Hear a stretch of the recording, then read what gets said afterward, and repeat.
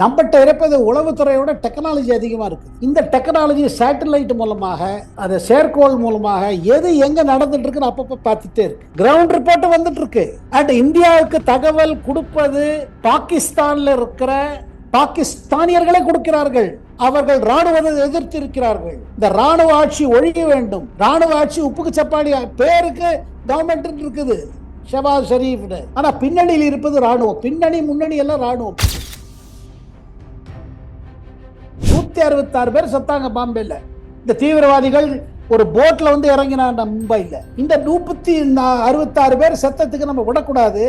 நீங்க கோ ஹெட் கொடுங்க, நாங்க உள்ள போறோம் நாங்க. ஆனா மன்மோகன் சிங் சோனியாவை கேட்டுட்டு வேண்டாம் வேண்டாம், எதுக்கு இதெல்லாம் தேவையில்லை, பேசாம இருப்போம், பேச்சுவார்த்தை மேலாம் முடிக்கலாமா. ஒண்ணு நிச்சயம், இந்த மாதிரி அப்ரோச் வேலை பண்ணாங்க. அதுதான் பிரதமர் கான்ஸ்டர். உங்களுக்கு வார்னிங் கொடுப்போம் 1 2 3. அதுக்கு பிறகு நீங்க கேட்கலீங்கன்னா இந்தியாவை நீங்க அடக்க முடியுமா? இந்தியா கிட்ட என்ன இல்ல, டெக்னாலஜி இருக்கிறது, ஒரு தலைமை இருக்கிறது. ராணுவத்தை, நம்ம ராணுவ வீரர்களோட ஒரு தனி, நீங்க பாத்தீங்கன்னா ஒரு டேலண்ட், டெக்னாலஜி, அண்ட் அதற்காக விடாம செயல்பட்டு இருக்கும் ஒரு அரசு, பிரதமர் மோடி தலைமையில். ஒன்று கிளியருங்க, நம்ம வந்து பொருளாதார பாதையில் இருக்கோம். இந்தியா வளர்ச்சிக்காக இருக்குது, வணிகத்துக்காக இருக்கிறது, இளைஞர்கள் வேலை வாய்ப்பு கொடுக்கறதுக்காக இருக்குது, ஆப்பர்ச்சுனிட்டிஸ் கொடுக்கறதா இருக்குது, விவசாயிகளுக்கு நல்ல உற்பத்திக்கான என்ன செய்ய முடியும் அது பாதையில் இருக்குது. இந்த பாதையில் யாராவது பாதகமாக இருந்தால், அது தீவிரவாதிகளா இருக்கட்டும் இல்ல மற்ற நாடா இருக்கட்டும், இதுதான் மெசேஜுங்க. எங்க கூட ஒத்துழைங்க, எங்களோட வளர்ச்சியில உங்களுக்கு வளர்ச்சி. ஆனா இந்த மாதிரி தீவிரவாதத்துக்கு நீங்க என்கரேஜ் பண்ணீங்கன்னா இது உங்களுக்கு செயல்படாது. இந்த மெசேஜ் சைனாக்கு போயிருக்கு சிவா சார், சைனாக்கு போயிருக்கு. அதனால தான் சைனா பேசாம இருக்காங்க.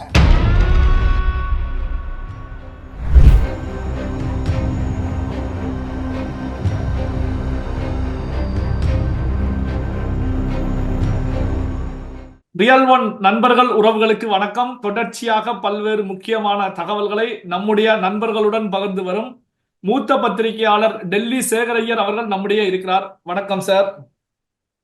வணக்கம் சிவா சார். வணக்கம் சார். இப்போ பாகிஸ்தான் மீது ஒரு தாக்குதல் பண்றோம், அதற்கு முந்தைய நிலையில 9 பயங்கரவாதிகள் கேம்ப் அடிக்கப்படுகிறது அப்படின்னா கண்டிப்பா இன்டெலிஜென்ஸ் ரிப்போர்ட் அப்படிங்கிறது மிக முக்கியமானது.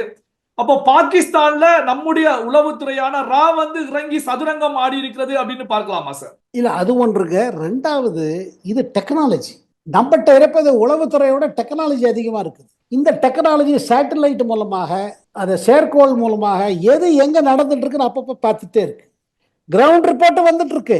அண்ட் இந்தியாவுக்கு தகவல் கொடுப்பது பாகிஸ்தான்ல இருக்கிற பாகிஸ்தானியர்களே கொடுக்கிறார்கள். அவர்கள் ராணுவத்தை எதிர்த்து இருக்கிறார்கள்.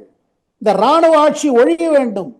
ராணுவ ஆட்சி உப்புக்கு சப்பாடி பேருக்கு கவர்மெண்ட் இருக்குது, ஷபாஸ் ஷெரீப். ஆனா பின்னணியில் இருப்பது ராணுவம். பின்னணி முன்னணி எல்லாம் ராணுவம். அங்க மக்கள் ரொம்ப கோபமா இருக்காங்க அவங்க கவர்மெண்ட் மேல. அவங்க பல விஷயம் சொல்லிட்டே இருக்காங்க, இது நடக்குது இது நடக்குது. சரி, இதெல்லாம் பார்த்தீங்கன்னா தகவல் வந்துட்டே இருக்கு, நமக்கு இன்ஃபர்மேஷன் வந்துட்டே இருக்கு. சார், இப்போ இந்தியாவை பொறுத்த வரைக்கும் மிகப்பெரிய ஒரு பதிலடி. அதே நேரத்தில் வந்து பாத்தீங்கன்னா அந்த நள்ளிரவுல பாகிஸ்தானுக்கு கொடுத்த பதிலடியில பாகிஸ்தானை செயல்பட முடியாத அளவுக்கு திக்கு முக்காட வைத்திருக்கிறது. சைனாவுடைய வெப்பன்ஸ் எல்லாமே செயலிழக்க செய்திருக்கிறது. அமெரிக்காவுடைய F-16 ஃபைட்டர் ஜெட்டர் வீழ்த்தப்பட்டிருக்கிறது. ஒரு வல்லரசு நாட்டுடைய ஃபைட்டர் ஜெட்டர் வீழ்த்தப்பட்டிருக்கிறது. இதுல கவனிக்கப்பட வேண்டிய விஷயம் என்னன்னா, எந்த விதமான சேதாரமும் இல்லாமல் அத்தனையையும் நம்முடைய முப்படைகள் செய்திருக்கிறது. இதன் மூலமாக பிரதமர் மோடி அவர்களை உள்நாட்டிலையும் சரி, அதே நேரத்தில் இந்தியா மீது வெளிநாடுகளுடைய பார்வையும் சரி பலபடி உயர்ந்திருக்கிறது அப்படின்னு சொல்லலாம். இதை எதிர்கட்சிகள் எப்படி சார் பாக்குறாங்க? இந்திய கூட்டணி எப்படி சார் பாக்குது? இந்த இந்து கூட்டணிக்கு முதல் கவலை என்னன்னா, வரவேற்கலன்னு நம்மள மக்கள் தப்பா புரிஞ்சிருவாங்க சொல்லிட்டு ராணுவ வீரர்களுக்கு ஜெய்ஹிந்த், ராணுவ வீரர்களுக்கு நல்லா, ராணுவ வீரர்களை பத்தியே தான் பேசுறாங்க. அது பின்னாடி ராணுவ வீரர்கள் அரசு சொல்லும்போது செய்வார்கள். இதே ராணுவ வீரர்கள், நான் ஒன்று சொல்றேன் சிவா சார், 2008 என்ன நடந்தது? பம்பையை தாக்கினாங்க. தாக்கின போது நம்ம ராணுவ தளபதிகள், விமானப்படை தளபதிகள், மேஜர் திருப்பி திருப்பி சொல்றார், ஃபாலி மேஜர்னு ஏர் மார்ஷல் இருக்காரு, இப்ப ரிட்டையர் ஆயிட்டாரு. அவர் என்ன சொன்னாரு? நாங்க மன்மோகன் சிங் நான் போய் சொன்னேன், இந்த மாதிரி இவ்வளவு பெரிய பாம்பேல பண்ண இவ்வளவு பேரை கொண்டுட்டாங்க, 166 பேர் செத்தாங்க பாம்பேல. இந்த தீவிரவாதிகள் ஒரு போட்ல வந்து இறங்கினாங்க மும்பைல. இந்த 166 பேர் செத்தத்துக்கு நம்ம விடக்கூடாது. நீங்க கோ ஹெட் கொடுங்க, நாங்க உள்ள போறோம் நாங்க. ஆனால் மன்மோகன் சிங் சோனியாவை கேட்டுட்டு வேண்டாம் வேண்டாம் எதுக்கு இதெல்லாம் தேவையில்லை பேசாமல் இருப்போம், பேச்சுவார்த்தை மேலாம் முடிக்கலாமா. ஒன்று நிச்சயம், இந்த மாதிரி அப்ரோச் வேலை பண்ணாது. அதுதான் பிரதமர் காமிச்சிட்டார். உங்களுக்கு வார்னிங் கொடுப்போம் 1 2 3, அதுக்கு பிறகு நீங்க கேட்கலீங்கன்னா எடுக்கிற நடவடிக்கை எடுத்தாங்க.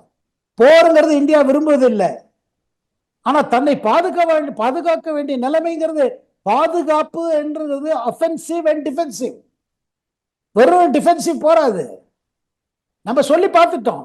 ஆனா அது நாய்வால் மாதிரி சிவா சார், அவங்க அப்ரோச் அதுதான், தீவிரவாதத்தை தான் அவங்க அதுல தான் ஓட்டுறாங்க. இந்தியா மேல ஒரு வெறி, ஒரு கசப்பு.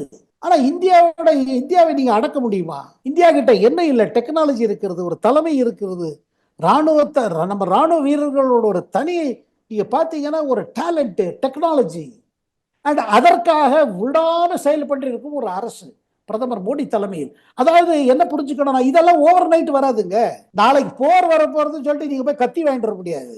இதை வரப்போற சூழ்நிலை எப்படி மாறும், 5 ஆண்டு காலம் எப்படி மாறும், 10 ஆண்டு காலம், இதை ப்ரொஜெக்ஷன் பண்ணிட்டே இருக்கணும். அது பண்ணிட்டு அதுக்கு தகுந்த மாதிரி உங்க பட்ஜெட்ல அதுக்கு பணம் ஒதுக்கீடு தேவை.